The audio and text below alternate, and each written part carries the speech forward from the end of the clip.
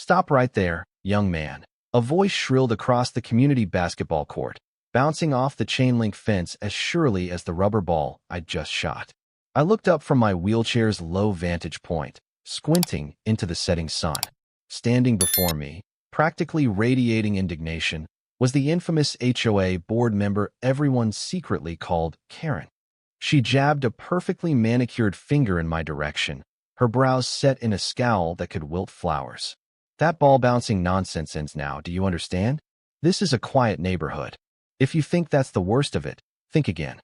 Stay with me until the stories end to see just how far she's willing to go, and how we discover that a seemingly untouchable bully can be brought to heel by a community and a team united in fighting for what's right. When I first moved into the Ridgemore Haven community 2 months ago, I had high hopes. The advertisements boasted a spacious courtyard, a pristine pool, friendly neighbors, and, most importantly, an on-site basketball court. As a wheelchair basketball athlete, finding accessible facilities can be tough, and that single outdoor court sealed my decision to sign the lease. My name is Marcus Smith, and I'm 27 years old. Before a car accident cost me the use of my legs, I was a forward for my college basketball team, dreaming of the NBA. Life had different plans, but I discovered wheelchair basketball during my rehab and fell in love with the sport all over again. The problem? A lot of communities either don't have accessible courts or don't allow dedicated practice times for athletes like me. Ridgemore Haven, I'd hoped, would be different. On my very first day, rolling my luggage into the new condo, I noticed the sidewalks were wide and smooth, perfect for navigating a wheelchair. The layout seemed ideal, with ramps leading to every common area. I remembered thinking, maybe I can actually find my stride here. Maybe this is the start of something good. The neighbors I met in the first week were cordial, if a bit reserved. Ridgemore Haven was home to people from all walks of life, retirees, families with young kids, a few couples just starting out. And then there was her. I caught fleeting glimpses of a woman in her early 50s, hair in a sharp bob, always peering out from behind hedges or strolling around the block with a clipboard. Her eyes narrowed like she was scanning for even the slightest violation. A chipped paint job on a windowsill, a weed poking through the mulch, a car parked an inch over a line. Any of it was fair game for her signature scolding. It wasn't long before I heard the whispered reference. That's Karen. You don't want to cross her. But I figured, hey, I'm just here to live and let live. I had no idea that crossing her was inevitable the moment I started practicing in that treasured basketball court. 3 weeks in, I finally had the time to test the community court. For me, playing basketball has always been more than a sport. It's therapy. The swish of the net, the thud of the ball echoing in my ears, the release of tension from each shot. All of it helps me handle life's challenges. My buddy Darren, who also uses a wheelchair, was excited to join. We planned a casual shoot-around, just to get a feel for the space. We arrived on a warm Tuesday evening. The sun dipped low, casting orange light across the asphalt. Darren and I spent the first half hour joyfully bouncing the ball, practicing passes, and adjusting to the surface. My heart soared with that familiar rhythm: dribble, pivot, shoot. Even the squeak of rubber wheels on the court gave me a sense of freedom, the way that running had once done. Then came the voice. "Excuse me, what do you think you're doing?" She came marching across the lawn in designer sandals, posture rigid, as though leading a parade. This was my first face-to-face with Karen. She had an air of absolute authority, sharp blue eyes, pursed lips, a quickness in her tone that tolerated no dissent. Darren and I exchanged glances. We hadn't done anything wrong, so we assumed she was addressing someone else. "I'm talking to you," she insisted, stepping closer so that her shadow fell over the ball in my hands. "This is private property. The basketball court can't just be used at all hours. Did you even check the rules?" I replied calmly. I read the guidelines in the welcome packet. It said the court's open until 9 at night, and it's not even close to that yet. Karen sniffed. "That might be the old schedule. I happen to be on the HOA board, and the rules have changed. Quiet hours start earlier. We can't have the constant pounding of basketballs disturbing the peace. Besides, I'm not even sure if you're allowed out here. There's a safety hazard to consider for, special circumstances." I felt a flash of heat in my face. Darren's knuckles went white on his wheels. But we kept our cool, politely explained that we were simply following the posted hours. Karen's features pinched together in disapproval. Well, I'll look into the official policy. Just don't be surprised if you get a notice in the mail, she snapped, pivoting on her heel. Ridgemore Haven has standards. With that, she stormed off, leaving Darren and me wide-eyed. We hadn't even broken any rules, yet we could sense we'd earned ourselves a target on our backs.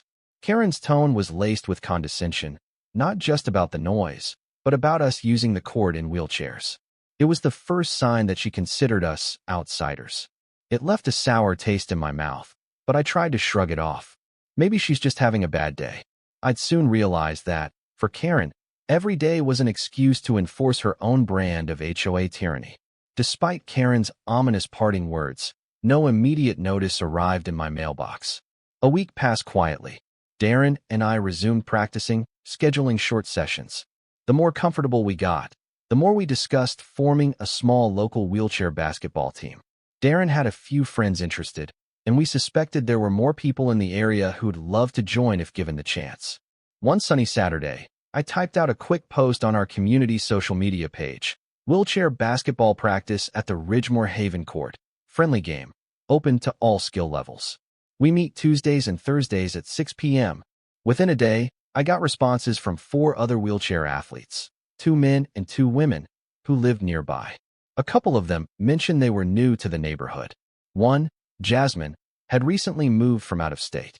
Another, Ivan, was still adjusting to life post-injury.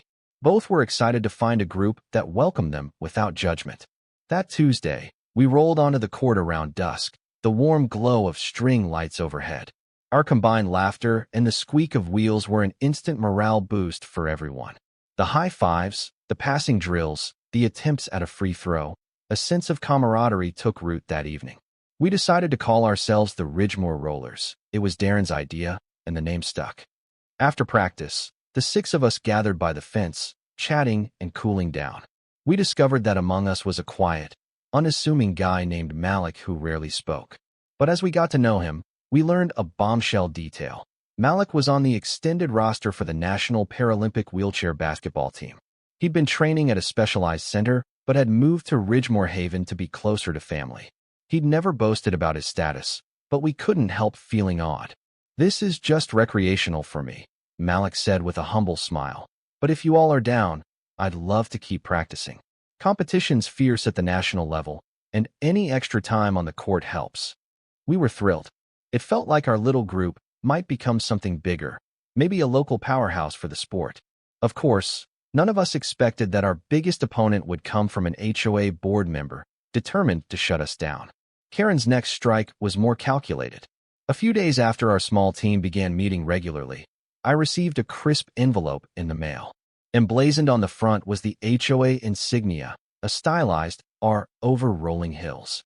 Inside, in formal language, was a letter stating, "Dear resident, we have been notified that the basketball court at Ridgemore Haven has been used for non-traditional athletic events, potentially creating excessive noise and disturbance during quiet hours. Per HOA Regulation 7.3c, all sporting activities must adhere to standard usage guidelines and noise ordinances. Failure to comply may result in fines or suspension of common area privileges." My stomach churned as I read the final lines. It was basically a threat disguised in polite terms. I wasn't the only one who received it. Darren and Jasmine did too. In fact, each member of the Ridgemore Rollers found a similar letter, citing the same regulation. The official statement, non-traditional athletic events. Darren was livid. Non-traditional? This is literally what the basketball court is for basketball. He fumed. What's next? Are they going to ban left-handed shooters because that's non-traditional? The letter also hinted at noise complaints from multiple neighbors. None of us had heard any direct complaints besides Karen's. But apparently, she convinced some others, maybe those who disliked the sound of bouncing balls or simply wanted a reason to side with her. Karen excelled at cultivating petty alliances. Sharon, a kind neighbor who lived across the street from the court, overheard us talking. She shook her head. "Karen's behind this," she said. "I'm telling you, I've been here 5 years. She runs around with that clipboard, always looking for a fight. Don't let her push you around." Sharon then shared her own tale. She once got written up for hanging a holiday wreath before Thanksgiving. Karen insisted the wreath violated seasonal decor guidelines. Another neighbor got scolded for hosting a child's birthday party at the community park. A loud crowd supposedly violated noise ordinances. The pattern was unmistakable. If Karen decided your activity was undesirable, she'd find a way to shut it down. But we had no plans to retreat, especially not with Malik needing practice, Darren and me craving that daily shot of adrenaline, and the rest of the rollers finding a newfound sense of purpose. We decided to stand firm, but we also resolved to keep the ball bouncing well within any posted quiet hours. If we gave Karen an inch to claim we were violating rules, she'd take a mile. Little did we know, she was about to escalate beyond mere letters. 2 weeks passed, and we abided by every rule. No practicing after 8:30 p.m., no loud music, no large gatherings. We even made sure to pick up stray trash around the court area, just to avoid any petty claims of litter. But Karen's anger didn't subside. If anything, it grew more pronounced. We caught her peering from her window whenever we had a session. Occasionally, she'd stride by with her phone in hand, snapping photos, presumably for her evidence. One Wednesday evening, we arrived to practice and found a brand new chain and padlock on the basketball court gate. A sign read, "Court temporarily closed for maintenance. All usage prohibited until further notice." Darren rattled the gate in disbelief.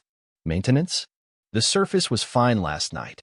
This is just Karen's way of stopping us. Jasmine nodded. She must have convinced the board to do this.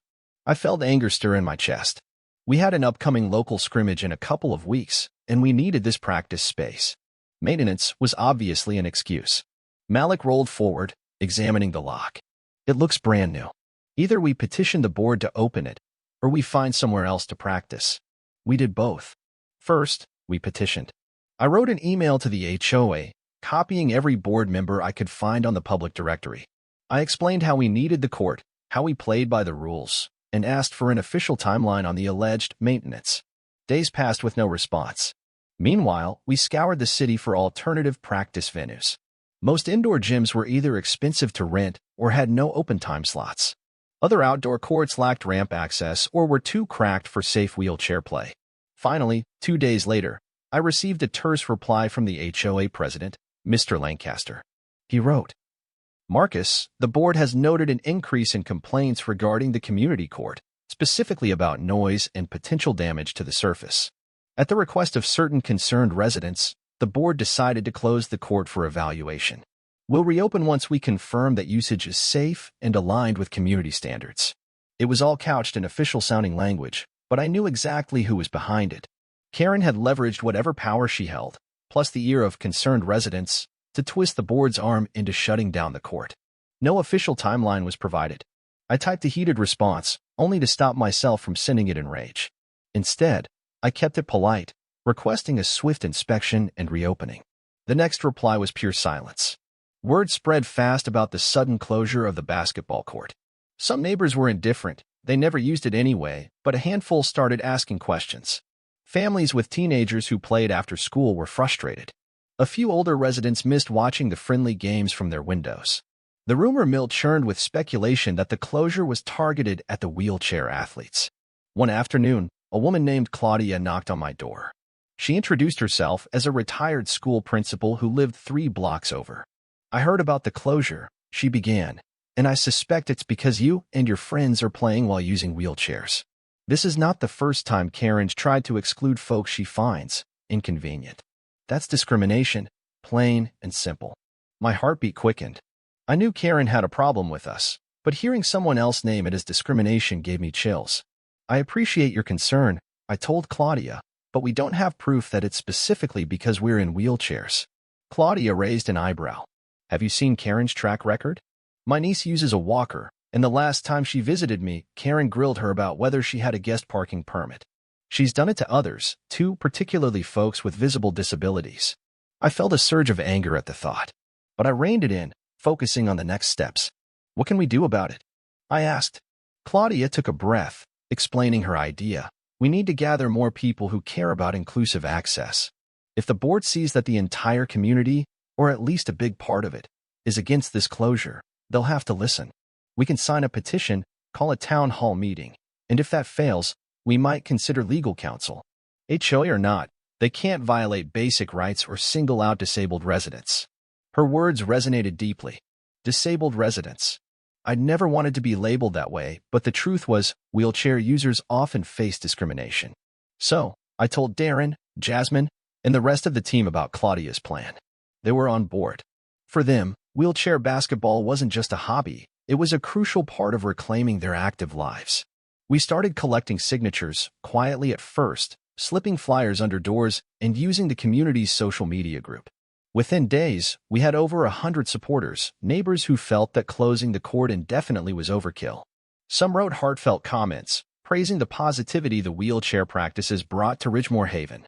That's when Karen struck again this time, with something far more insidious. A flurry of new posts surfaced in the community's online forum under various aliases, though it didn't take a detective to see Karen's fingerprints on them. Concerned resident wrote, "I've heard the wheelchair players are damaging the court surface with their metal wheels. That's why it's closed. Does anyone know who's paying for repairs?" Another user, Peaceful Neighbor, chimed in, "The bouncing noise is unbearable at all hours. Some of us have to work early and can't sleep." The language was eerily similar, and most of the claims either exaggerated or outright false. For one, the metal wheels were standard composite wheels designed specifically not to scuff surfaces. We've been using the same wheels in dozens of other gyms with no issue. And as for the alleged late-night noise, we'd always adhered to the posted hours, finishing well before quiet time began. It became a PR war. Those of us supporting inclusive sports responded with facts, referencing official guidelines for wheelchair sports equipment. We pointed out the court hours. We showed photos of the pristine asphalt with no visible damage. But for every calm rebuttal, 2 more negative posts emerged, painting us as a nuisance or, worse, as people who felt entitled to special treatment. We all suspected Karen was fueling the rumor mill. The pressure was mounting on both sides. Some neighbors began to avoid us, as though even associating with the wheelchair athletes might bring them into conflict with Karen. Others defended us, risking her disfavor. The worst part was that we had nowhere to practice, and our big community scrimmage event was creeping closer. Ivan, who had struggled with depression after his accident, confided that the weekly practices were his lifeline.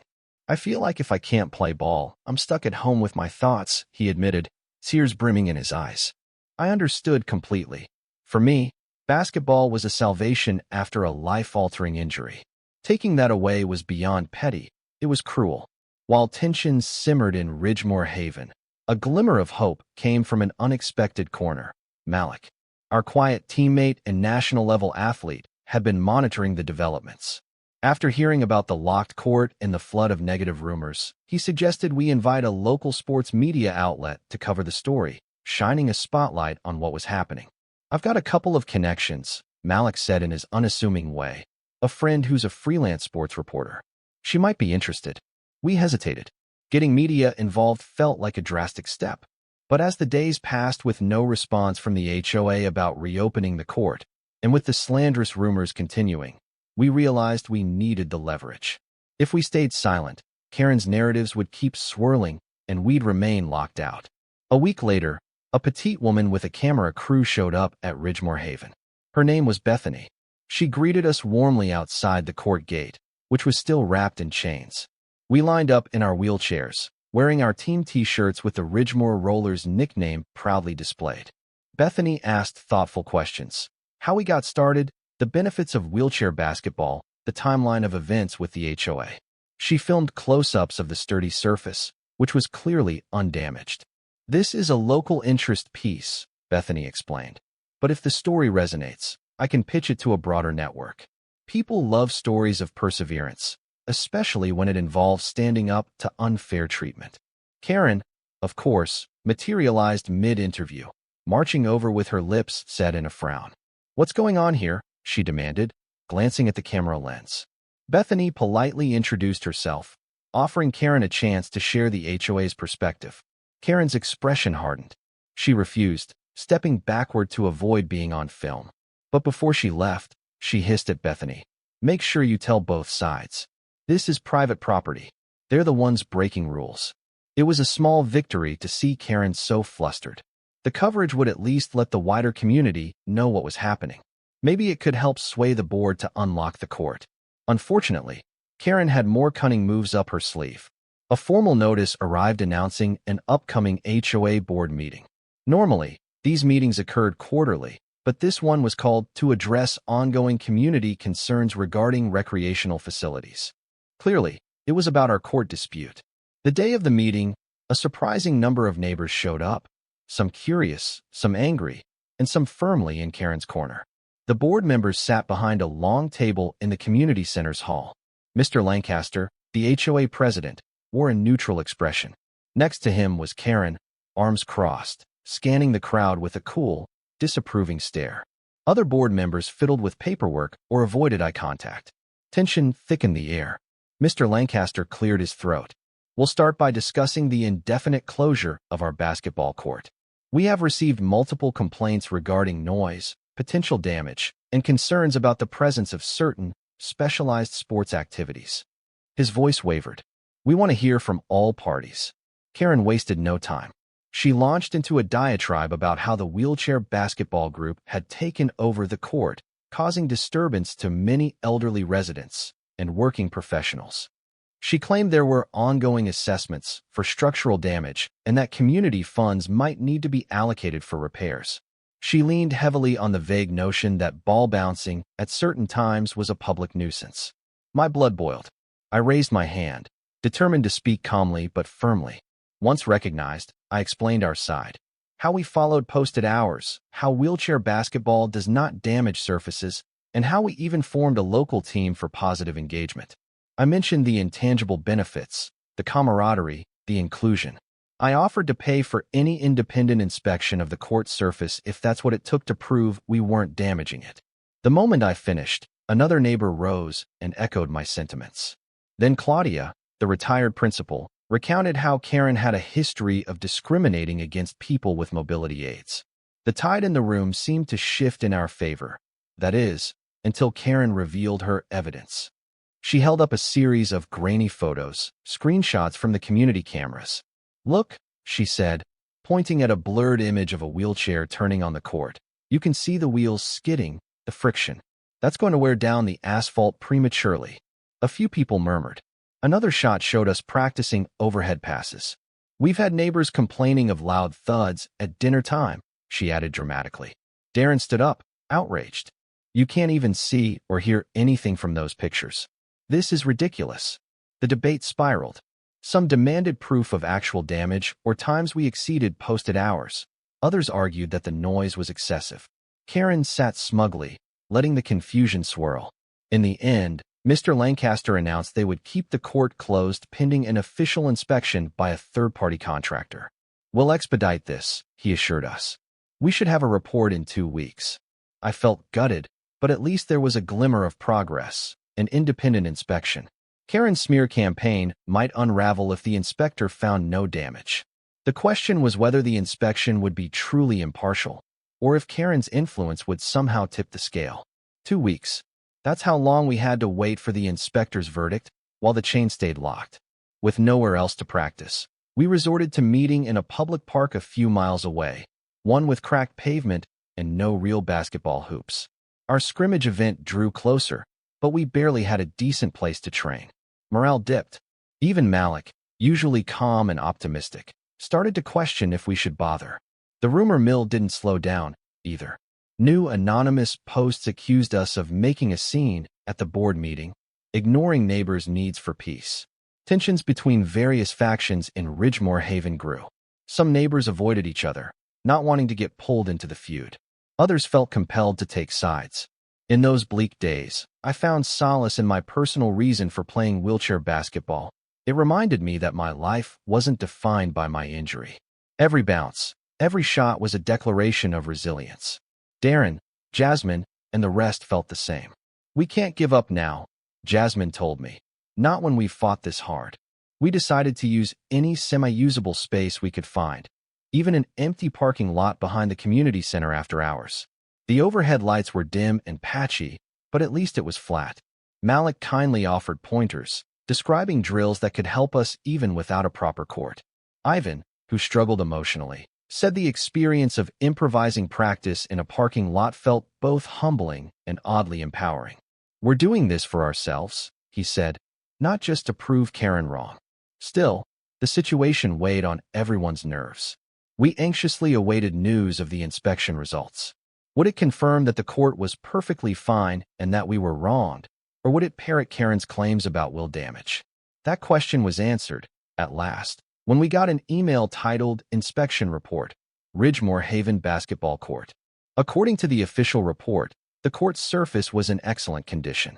The inspection noted a few minor cracks near the edges, normal wear and tear from weather changes, but no sign of damage specifically attributed to wheelchairs or excessive usage. No unusual friction marks or structural compromise, read one line. The court is safe for normal basketball activities. I could have jumped for joy reading that. Surely, with this confirmation, the HOA would have to remove the chain and let us use the court. I forwarded the email to the entire Ridgemore Rollers group chat, and we celebrated in texts riddled with exclamation marks. But we underestimated Karen's stubbornness. The next day, another letter arrived from the HOA, stating, despite the inspector's findings, the board reserves the right to keep the court closed due to ongoing noise complaints and the potential for future surface degradation. Basically, they decided to disregard the professional assessment. Or, more accurately, Karen and her allies on the board found a new excuse: noise. Our relief evaporated into outrage. How could they do this? That evening, Malik invited me over to his place to talk strategy. He lived in a single-level condo, impeccably neat, with sports trophies lining a shelf. Over cups of tea, he spoke quietly. Marcus, I've been holding back a bit. You know I'm on the extended roster for the National Paralympic wheelchair basketball team. Well, I also have direct contacts with some influential figures, team managers, even a few brand sponsors. He paused, reading my expression. If I let them know what's happening here, they might put public pressure on the HOA, or at least highlight the discrimination aspect. People pay attention when the Paralympic community raises a concern. My eyebrows shot up. Would you really do that? Malik nodded. I see no other way. We're dealing with blatant obstruction. If they won't listen to reason, maybe they'll listen to a louder voice from outside. I hesitated. A part of me felt uneasy about turning this into a national-level scandal. But after everything we'd faced, locked gates, smear campaigns, a board ignoring factual inspection results, maybe that was our best shot at justice. In that moment, I realized how powerful solidarity can be. This wasn't just about a few folks playing ball. It was about a broader fight for inclusive sports facilities everywhere. I gave Malik my full support. He started drafting an email to a contact on the National Paralympic Committee, summarizing the events. By the end of the night, he pressed send. The chain reaction began almost immediately. Within days, a local disability rights group caught wind of our plight and reached out. They offered legal aid, pro bono, should we need it. Then, a regional sports magazine that occasionally features Paralympic athletes requested an interview with Malik, and they wanted to hear from the entire Ridgemore Rollers team, too. Meanwhile, the same local news reporter, Bethany, expressed interest in a follow-up piece. Karen and her allies probably didn't realize how swiftly a seemingly small issue could escalate. Within a week, articles were popping up online about HOA blocks wheelchair basketball team despite clean inspection. The headlines often referred to discriminatory practices and singled out Ridgemore Haven's board for ignoring the Americans with Disabilities Act principles, even if not strictly an ADA setting. That's the thing. Once the story is out, it's hard to control the narrative. Predictably, the board was furious. Several members tried to backpedal, claiming they had wanted to reopen the court right after the inspection but were outvoted. Mr. Lancaster posted a statement that the board's decision was misunderstood, that they only delayed reopening to finalize noise mitigation measures.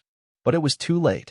The public eye was on them, and Karen's name was on everyone's lips, though official media sources simply referred to a prominent HOA board member. Word spread in the neighborhood about the potential for legal action. Neighbors who'd previously been on the fence started distancing themselves from Karen, not wanting to be associated with blatant discrimination. A few even apologized to us for believing the rumors. For me, the tipping point came when I received an email from an official with the National Paralympic team who expressed dismay at what was happening. She wrote, "We fully support your right to accessible sports opportunities. We're prepared to advocate on your behalf, including sending formal communications to your HOA and local government if needed." I forwarded it to the HOA board and included a short note. We request immediate reopening of the court and respect for all residents, disabled or otherwise. Denying basic access to community facilities cannot be justified by groundless noise complaints. We look forward to your prompt response. That same week, another emergency HOA meeting was called, this time by Mr. Lancaster, who likely sensed a storm brewing that could engulf them all. The community center hall was packed. Our entire wheelchair basketball team attended, along with a surprising crowd of supporters, from younger families to seniors fed up with Karen's antics. At the front sat the board members, -1. Karen was conspicuously absent at the start. Whispers flew. Had she resigned? Was she planning a grand entrance? The air buzzed with speculation. Mr. Lancaster cleared his throat, sweaty brow shining under the fluorescent lights. We have received significant feedback from residents, as well as from outside organizations, he began, choosing his words carefully. Our intention has never been to discriminate. We are now prepared to announce that the board will reopen the basketball court effective immediately, removing any remaining restrictions. Applause erupted from our side of the room. Finally, some good news. Mr. Lancaster raised a hand for silence. We also plan to introduce additional guidelines to address noise concerns, strictly to protect residents' rights to peace during late hours. But no one is being singled out or banned. That's when the door at the back flung open, and Karen marched in, face flushed. She walked straight up to the board's table, ignoring the quiet hush that fell over the crowd. What is this? She spat. We're caving to a bunch of outside pressure? We can't let some national group bully us into letting these special interest players make a racket at all hours. Gasps echoed. Karen's brazen words were more hateful in public than ever before. Mr. Lancaster looked alarmed, as if he wanted to sink behind the table. One of the other board members, Ms. Patel, cut in. Karen, we've already voted. The inspector found no damage. We can't uphold a closure that has no basis. Karen glowered, scanning the room as if seeking supporters. I refuse to be part of a board that kowtows to threats. She slammed her palm on the table, voice trembling with anger. We have rights, too, you know. I won't be bullied by some. At that point, a neighbor in the front row stood up. He was a Vietnam veteran who'd once used a wheelchair during rehab, as we'd learned. Ma'am, he said calmly but firmly, with all due respect, this isn't bullying. This is about letting people live their lives. I fought for this country, and I can't stand by while you deny these athletes a place to play because you think they're too loud. Applause rippled through the audience again. Karen's nostrils flared. This board is making a mistake, she hissed, shooting daggers at Mr. Lancaster and Ms. Patel. Then she spun on her heel and stormed out, just as she had once left that local news interview. The tension broke in her wake, replaced by a collective exhale of relief. Mr. Lancaster cleared his throat again. Well, with that matter settled, the court will reopen immediately. We'll be installing new signage about noise hours, but wheelchair basketball is, of course, permitted. We also invite the team to coordinate with the board if they plan larger events, just so we can manage community awareness and scheduling. That last part might have been a diplomatic bone thrown to Karen's supporters, but we had no problem with it. Darren gave me a fist bump, Jasmine clapped a hand over her mouth in joyful disbelief, and Ivan let out a whoop of excitement. Victory, at last. True to the board's word, the chain came off the next day. We gathered that very evening, our first official practice on the newly reopened court. Sunset painted the sky in streaks of pink and orange as Darren passed the ball to me, and the echoing bounce felt like sweet liberation. Malik grinned, making shot after shot from the free throw line, while Jasmine and Ivan practiced pick-and-roll techniques. A small crowd of neighbors formed outside the fence, some cheering politely. Kids on bicycles stopped to watch. It felt like a positive, inclusive environment had returned to Ridgemore Haven. Over the following weeks, more people came by to see what wheelchair basketball was all about. Some able-bodied folks even asked to try it, fascinated by the skill involved. The negativity that Karen had stoked began to dissipate, replaced by a sense of pride in our community's ability to adapt and come together. It didn't hurt that local news outlets ran another story, this time titled, Ridgemore Haven Reopens Court, Embraces Inclusivity. And Karen? She was conspicuously quiet. Rumor had it she'd been censured by the board for her remarks. Some said she considered resigning but was too proud to do so. She retreated into her manicured garden fortress, rarely venturing out in daytime. Every now and then, we spotted her lurking at a distance, arms folded, eyes narrowed, as though she couldn't fathom that she had lost. Yet, there was nothing she could do without risking even more backlash. The best part of it all came when we hosted our first inclusive scrimmage game. Wheelchair athletes from neighboring districts arrived, along with able-bodied players who joined in a sitting basketball version just for fun. We had a blast, laughter, competitive spirit, the thrill of friendly sports. One of the local reporters showed up again, capturing footage that would later air as a heartwarming piece on bridging communities through inclusive sports. Watching from the bench at one point, I took it all in, the squeak of wheels, the constant bounce of the ball, the glint of sweat on my teammates' faces. This was what I dreamed about when I first saw that mention of a community basketball court in Ridgemore Haven's brochure. And we'd secured it not through compliance or surrender, but by standing firm, supported by an entire network of friends, neighbors, and national advocates who believed in fairness. For me, the real victory wasn't just the open gate or the final scoreboard of any particular game. It was that we refused to let fear or prejudice control our lives. We showed that even one person's petty tyranny, like Karen's, can be dismantled by collective effort and the conviction that everyone deserves a place to belong.